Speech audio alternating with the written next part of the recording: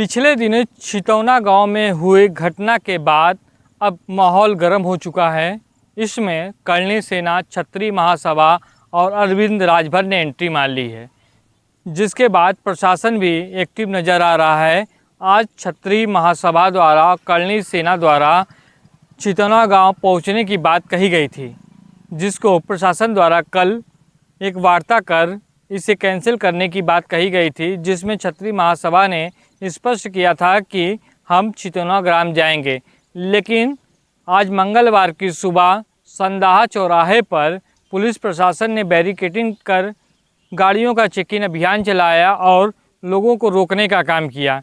इस दौरान पुलिस से हल्की फुल्की बहस भी हुई, लेकिन हम छितौना गांव पहुंचे हैं और जहां पर स्पष्ट रूप से ग्रामीणों द्वारा एक पोस्टर लगाया गया है, जिसमें साफ लिखा गया है, कृपया निवेदन है कि कोई भी बाहरी व्यक्ति गांव में आकर किसी प्रकार का कोई राजनीति न करे। इस पोस्टर का स्पष्ट मैसेज दिया गया है कि कोई भी व्यक्ति अब छितौना गांव के कांड को लेकर राजनीतिक रोटियां सेकने का काम न करे।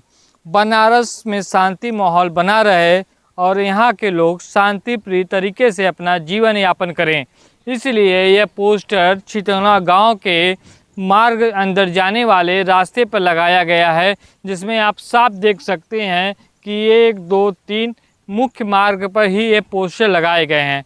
हम अब छितौना गांव के अंदर एंट्री करेंगे और वहां के लोगों से बात करेंगे कि प्रशासन की क्या व्यवस्था है, पीड़ित पक्ष का क्या कहना है, किस लिए ये घटना घटी और इस घटना को कैसे लगाम लगाया जा सकता है। आइए अंदर चलते हैं, अब पूरी घटना को जानते हैं, देखते हैं।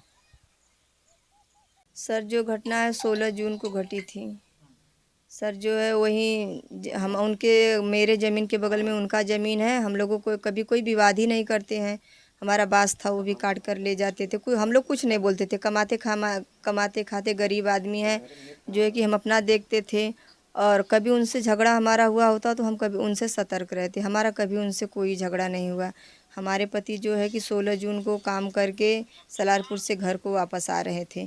फिर जो है कि मेरे पति को घेर कर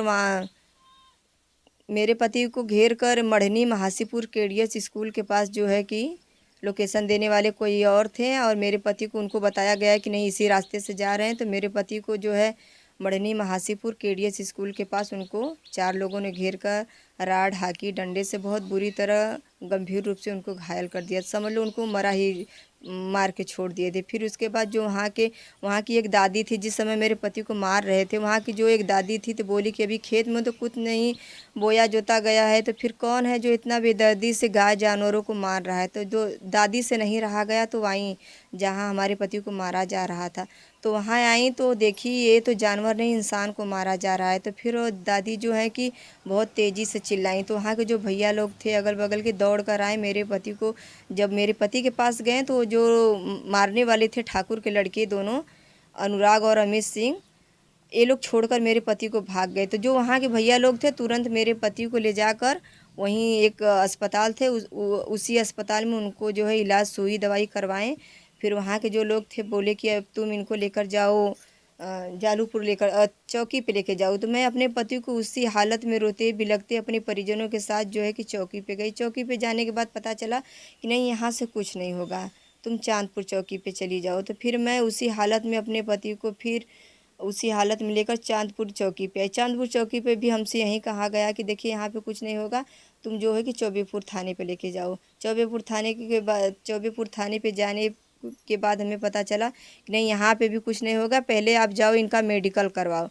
सर, हमारे पति की हालत बेर बराबर बिगड़ती जा रही थी। फिर भी हमने जो हमारे परिवार के परिजन थे मेरे पति को लेकर सब लोग नरपतपुर अस्पताल में गए। अस्पताल में जाने के बाद मेरे पति का जो है कि मेडिकल करवाया गया, जो कि उनकी जांघ की हड्डी फट गई थी और सिर में बहुत, ब्रेन में बहुत काफ़ी चोट आया था, और जो है कि सीने की हड्डी टूटी हुई है, पेट में चोट लगा है, कान फट गया। इतना कुछ होने के बावजूद मेरे पति का जो है कि एकदम नॉर्मली तरीके से मेडिकल बनाया गया। फिर उसके बाद 4 5 दिन तक मैं दौड़ती रही, मेरा कहीं एफआईआर नहीं हुआ।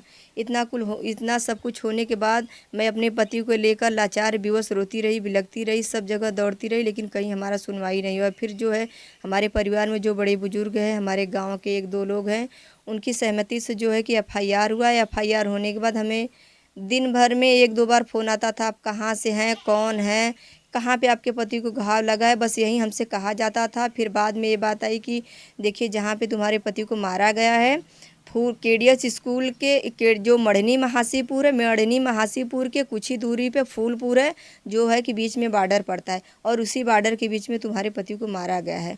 तो हमारा कहना है कि बॉर्डर के बीच में हमारे पति को मारा गया है, तो ये पुलिस वालों का काम है ना, उसको पुलिस वालों को पता लगाना चाहिए था ना कि चांदपुर चौकी के अंदर आएगा या फिर चिरईगंज ब्लॉक की चौकी के अंदर आएगा। बस इसी तरह करते करते हमारे केस को गुमराह करते रहे। फिर बीच में भी हमको धमकी मिली थी कि देखो अभी तो एक के मार के सुतौले, फिर सुतले राती में तो नहाने के बोटी बोटी काटा। फिर इस पे भी हमने एफआईआर करवाया, उस पे भी कोई हमें सुनवाई नहीं हुई। इतना सब कुछ होने के बाद अंत में लास्ट तक जो हमने सरकार से मांग की थी कि सर हमारा मैं कहीं पर भी जाती थी तो हमारा जो यही कहा जाता था कि देखिए तुम्हारा जो है कि मेडिकल हल्का है, इस मेडिकल पे न गिरफ्तारी नहीं है, ऐसा वैसा करते करते हमारे केस को गुमराह करते करते लास्ट तक 5 जून के बाद 5 जुलाई को हमारे साथ एक घटना घटी, जो मैंने सरकार से हाथ जोड़ के प्रार्थना की थी कि हमारी मदद किया जाए।